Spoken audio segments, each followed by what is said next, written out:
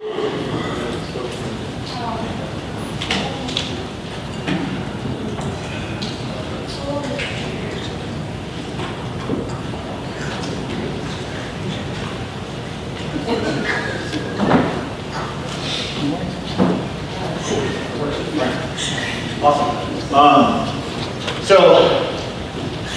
Almost down there. Good morning. My name is Sanchez. I'm with the enterprise team here in Frisco, Texas. This is my 8th time doing this presentation, and it's truly an honor to stand in front of you all. I know that as I look around the room, many of you I can see that are professionals in what you do. And a lot of it, what I'm going to be talking about is nothing that you don't know as professionals, right? And everything that I've learned from these gentlemen as well, okay? About a year and a half ago, I was sitting exactly where you all are sitting today, okay? Now, as you hear me say y'all, it's an interesting story because I'm originally from California. A year and a half ago, I was in California. When I moved to Texas, the very first lesson I learned from my boss is, here in Texas, we don't use you guys, right? You gotta say y'all. So something that I've learned, and almost like I see myself, I catch myself saying it out, and inside I'm like that. Yeah. So I appreciate everybody's time. So what I try to do in my presentation, more than anything else, is share, not necessarily sales 101, again, you're all professionals, but more, what is it that I do behind the scenes that if I can impact one of you guys, and I use the California way, then I've done my job, okay? So who that person is gonna be, who's that person that a year from now is going to call me and be like, hey Gus, I applied what you shared, and it helped me be successful, then I've done my job, okay? So the reason I have this picture here is because the success that I've had at T-Mobile did not come alone, okay? First and foremost, when I was in California about, we'll say 18 months ago, and I was offered the opportunity to start working for T-Mobile. I come from working with AT&T. I had my own business with AT&T for 10 years. I have 4, I'll call them kids, but they're no longer kids. And I knew that I wanted to look at a different way of approaching my career. Got recruited by T-Mobile. They said, hey, we got a great opportunity in Frisco. And I'm like, in San Francisco, let's do it. They're like, no, Frisco, Texas. I'm like, where's Frisco, Texas? I had no idea where this town was at. Did research, met with my pastor, met with my wife. We talked about it, we prayed about it, and we decided to make the move.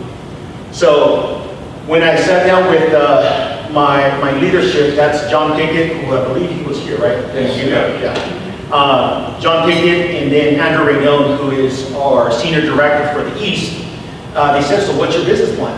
And I said, well, knowing that I'm going to be in Texas, tell me what markets are available. And he said, well, we have Arkansas. I'm like, okay, I want Arkansas. All right, what's your plan? I'm going to go out to Walmart. And they looked at me like I was crazy. Walmart? You don't have no business with Walmart. What are you talking about? So I wrote down my business plan. This is what I'm going to go after. And obviously, as I said it, those doubts coming back in your mind, and it's like, yeah, I'm going to go out to Walmart. You're not. There's no way you're going to sell Walmart, right? It just seemed like just this mystical big beast that that I was really trying to go after. So the reason I'm going to share with you that what I was able to accomplish, every single one of you could accomplish, because I come from your space. Okay, when I was with AT&T, the largest account that I had sold was 2,000 lines. The average account that I worked with was anywhere between 50 to 200 lines, right? That was the space that I played in. So for me to make that shift, not only from a state to moving into the enterprise space, two different animals, complete two different animals. The way you have to approach the client, the way what they're looking for. Now you're no longer talking to the owner. Now you're talking to an organization that's representing hundreds of thousands of employees. So I knew that I had to change my approach. So that's where the story begins. And again, there's nothing new under the sun. Everything I'm going to share with you, you've heard it before. Okay, now it's just a matter of applying. So, as I shared with you when I sat down with my leadership and I started looking at the plan that I wanted for my career, is I started with a vision. And raise your hands if you've never heard to have a vision, right? We've all heard it. Have a vision for yourself. Have a vision for yourself. What is it that you want to accomplish, right? So that's something that, with my kids, and I'll share a little bit of the story of one of my boys, but that's what I teach them about. Have a vision for yourself. And what I mean by that is, how many of you are new to T-Mobile, brand new, spanking new? Okay, so about half of the class. And then the rest from different departments, things of that nature. Okay. So you got to ask yourself, where do you see yourself 12 months from now? Okay? Time and time again, we start something in life and we kind of just start doing it, and whatever happens, happens, right? And if you take that approach, okay, you're basically, you might as well roll the dice, okay? So I need that for myself, making that move, having a family, making the shift from California to Texas, bringing my family, and really saying, okay, I'm going to bring my family to Texas. I need to be successful. And success means a lot of things to different people. Success to me is being able to provide for my family. I mean, it's as simple as that. Okay. So, as I mentioned, where do you see yourself 12 months from now? Do you see yourself as a district manager? Do you see yourself as a manager? Do you see yourself in Chuck's role? Do you see yourself as a trainer? So that everything that you're doing on a day-to-day basis is focused on your vision. Okay? And it's something that on a daily basis you have to continue to remind yourself. Okay? Because we live in a world that we all know, right? We wake up, what's the first thing that we do? Do we pull out our phone and we start looking at Instagram, or do we pull out a book that's going to help us get prepared for the day? Okay? So those are things that I knew that I needed to first start with the vision. Okay? And I'm going to share with you some of the things that I envisioned for myself. Okay? This is before I even stepped a foot into T-Mobile. Okay? So for myself, the first thing I said is that I want to be the top 5% of the organization. Okay? Lofty goal. I don't know much about T-Mobile outside that we have, a CEO that is definitely out there, right? That's all I knew. So I knew that we were disrupting. I knew that T-Mobile was disrupting the market. What caught my attention in my interview was that when I heard that T-Mobile had less than 3% of the enterprise space, many people look at that and they're like, well, I don't want to deal in that market. There's no opportunity. I saw it as a huge opportunity to really make an impact, right? So the first thing I did is I went and as I put my goal, I said I want to be top 5% of the organization. My second goal is I want to achieve 500% quota. Okay, so I went out and said, okay, Gus, 5% to quota. 5% of the organization, 500% to quota. Okay, Gus, you're definitely thinking way out there.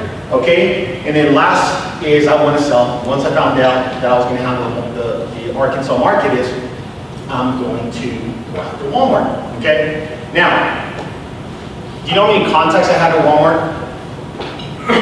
0, none. I didn't know anybody in the organization.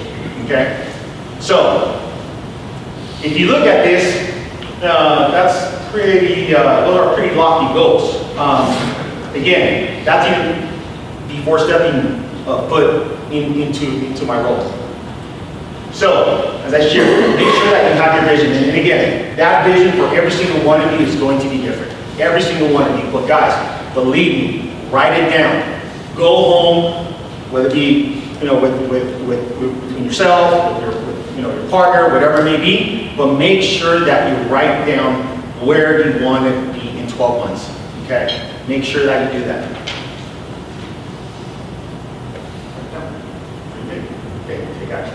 So, how? All right? So I talked about my vision.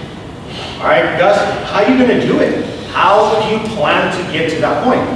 All right, well, the first thing I need to do is I need to learn the business. I need to learn the T-Mobile business. So I had an opportunity to be trained by these fantastic gentlemen that are here, okay? And I don't know if you met the rest of the team, but everything that you're learning, okay, is what I was taught as well, okay? So make sure you guys pay attention to them. They know what they're talking about. So I need to learn T-Mobile business, and the first thing outside of going out and learning, taking notes and participating and making sure that I'm learning what you all are learning. Okay, I went out and started to listen to every message that was out there that related to John Ledger. Okay, if I'm going to give a message to my client, better off than to hear from the horse's mouth, the person who's out who really created the vision for T-Mobile. So I went out, started to look at the different videos that are out there, okay, with carrier moves, and I really started to listen to it. I'd be driving, the more I go running, I listen to it, and I just constantly continued to learn the business. Once I started to learn the business, then the second thing I need to study my prospect, okay? So I understand that the T-Mobile, I'm starting to understand what we're all about, the carrier, the disruptors, what we're doing different than the others. And now, okay, well, that's great on one side, but on the flip side is now I need to know my client, okay? So, I mentioned Walmart.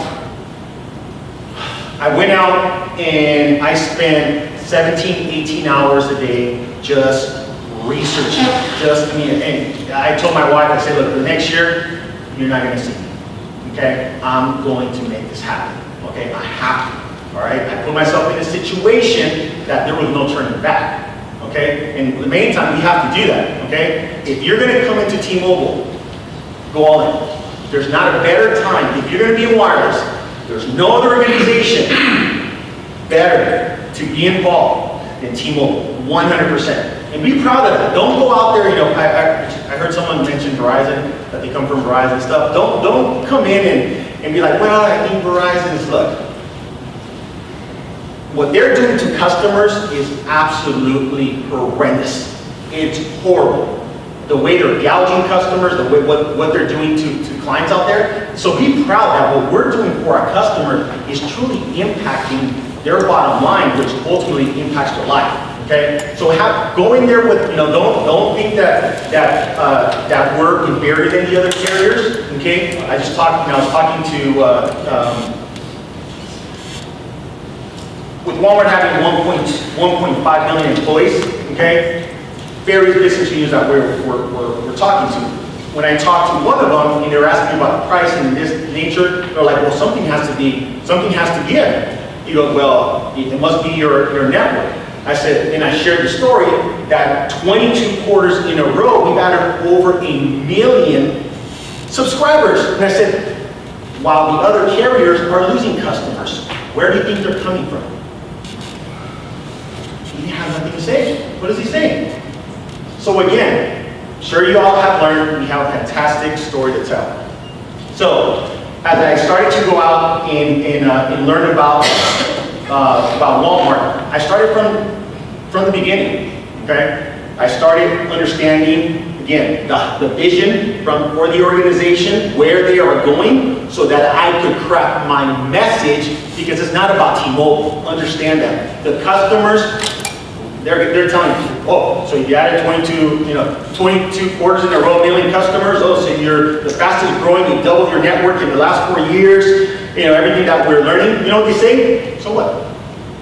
What does that mean to me? Oh, so now you can compete with Verizon? Okay, well, good for you. All right? That's what they're thinking. So I need to make sure that my message that I was bringing to the customer was related to where they're going, not where I want to take them. Okay? So I went out, Sam Walton, David Glass, Lee Scott, Mike Duke, and now Doug McMillan, which is the generation of CEOs that have led the organization. As I went out, this is even before I contacted Walmart, understand this. I want to find out what message am I going to give Walmart as I start to talk to them. So I continued to research, and I found out that a lot of things that they were doing, we obviously know that there's a competition going between them, and they call them their friends in the Northwest. We know who they are. And they were going through a digital transformation, they call it. Right? So then I just kept digging and digging and digging and really trying to understand what that meant. Okay, well, grocery pickup, I just had a meeting 2 days ago with their innovation team, and they said something really interesting, that the milk carton delivery is going full circle. If you think about it, 50 years ago, they used to deliver our milk, right? Now, it's going back to delivering back in your house. And it's really interesting, some of the things they were talking about, like 17 years, are just mind-blowing. But grocery pickup, there are a lot of innovation that they're going through. And then I started to look into who's leading this charge, okay? A lot of people here that you see in this picture are pretty new to Walmart, okay? So, I needed to find out, okay, who's leading this charge? And I would listen to podcasts, I would look at their 10K reports, which are their financials, and really find out, okay, what's gonna be my message? Then I found out that my target guy is that gentleman there, Clay Johnson, who's the CIO for the company, comes from GE, came over to revolutionize the way Walmart provides the experience for not only for their customers, but as well as for their employees. Very successful individual. So I knew I needed to study what's his message that he's relating to the rest of the team. And as I started to learn that, when I started to prospect into Walmart, I talk his language. My name is Sanchez, T-Mobile Enterprise. Love to meet with your organization, understand the changes you're making through your omni-channel strategy. Okay, and now suddenly I'm talking their language, right? So now I started to contact and get into various business units within Walmart. Okay, but that was ultimately their strategy. Okay, omni-channel strategy for Walmart means that you could buy anywhere, anytime, however you want to purchase. Okay, that's their strategy. It's not about their big box. And from Walmart's perspective, things that I've been able to talk to them about, I said, I do understand that Walmart right now covers 90% of the U.S. population within a 10-mile radius. Okay, like yeah, that's true, right? Everything that I'm talking about, it's about them. Okay, I didn't go in there and be like, hey, let me tell you about our prices. Let me tell you this. And even though this is a big account, you could take this approach with every single one of your clients. Okay, sometimes when you're working with smaller accounts, you can't necessarily find out what are some of their initiatives. Okay, but you can find out what the industry is doing. Okay, go in there. Don't go in there and be like, so tell me what you do. Right? Go in there with some specific questions. Get their thought going. Okay, don't go in there like, so tell me your price. Guys, that game is dead. Do not talk about price. At the end, that's going to be a big factor that they're going to look at, 100%, and that's part of the equation, but don't go that route. Okay, don't go that route. Go in there, understand if you're going after transportation, understand what is driving the market. What are those events that are happening in that industry that you could talk to them about, right? Your work. I heard the Sync Up Fleet Pro that we're coming out with. Don't talk about, hey, we have this solution with Sync Up Fleet. Love to talk to you about it. No, tell me, hey, I was doing some research and I see that there's some changes in the way DOT logs are being collected. How is that impacting your organization? I want to meet with you and discuss how we can make a positive impact on your organization as you make these changes. Have those questions that are going to, they're going to be like, oh, this guy knows my business. If you know their business, they're going to give you time. Understand this. Find ways to make them the hero. Okay, and I'll show a little bit. a little bit later, but one of the things that I do is when I'm thinking of a customer, I'm thinking, wherever I'm talking to, okay, what's your name? Daniel. Daniel, good to meet you, yes. What I would do is I would find out what is it that Daniel wants, okay? Does he, so Daniel, you're looking to, you know, how long you've been with the organization, you know, what are some of your goals within the organization? Then I'm gonna find out what makes him tick. Then I want to make him the hero. I'm going to be his guy. If he thinks that I'm trying to get the credit, T-Mobile, you know, T-Mobile, right? No, that's not the way you. The moment he knows that you're an ally, game over. You'll win all the business. Okay. So as I continue the omni-channel strategy, again, I use this as a guide, but sometimes I just go off left field. You can see all the different changes that Walmart has been implementing, okay? And whether it be presentations, everything I talk about, whether it be Walmart, there's two big accounts that I've sold this year, Mission Foods, the tortilla company, and Walmart. And everything I talk about is always about them. I'll give you an example on Mission Foods. When I was trying to prospect into them, and I met with them a few times, so there was a gap where we lost communication. I was driving by their headquarters. I had my drone with me. You know, I tell my wife, oh, pull over. You know, she pulls over. So what do you do? I'm like, I'm gonna take a picture. I flew my drone, took a beautiful picture of their headquarters, and I sent it to the CIO. Did he reply? No. Until we met, he's like, yeah, hey, thanks for that picture you sent us. Thinking outside the box, right? So as we continue to get into the Walmart, then I ask myself, okay, so I have a game plan now, I know where I want to reach. Now, my goal is how do I accelerate myself, okay? How do I learn the T-Mobile story? So, something I want to share with you that I did. Again, this is not a bulletproof plan. Don't go out there and just make a bunch of animation stories, but I just want to share this. I made this about 3 months after I started with the organization.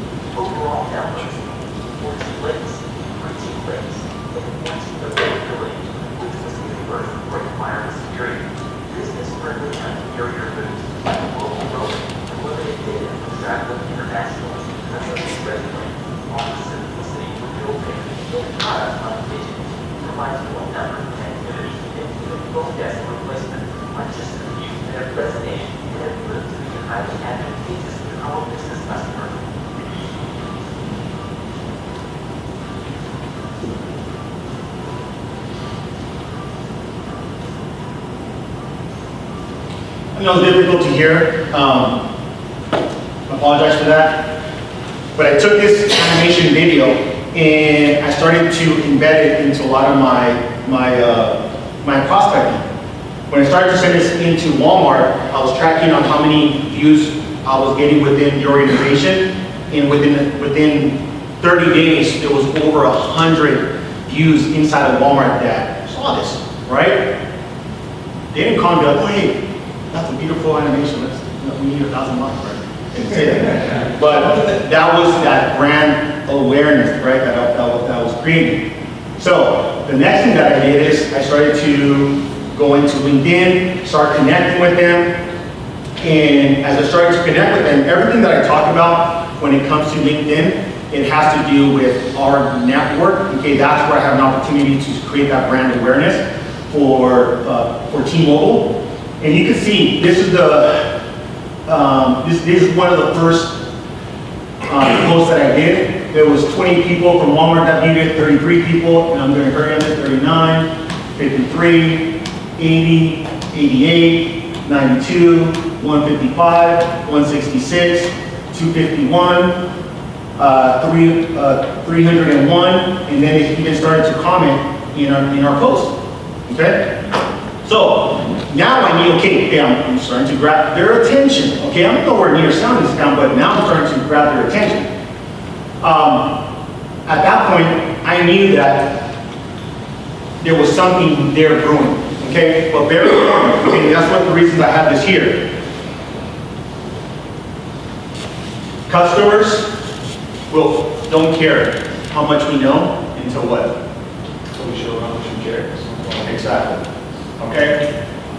By me doing research on Walmart, by me understanding their message, by me going out there and giving that clear understanding that I know your business and we can help you, they started to pay attention to us, right?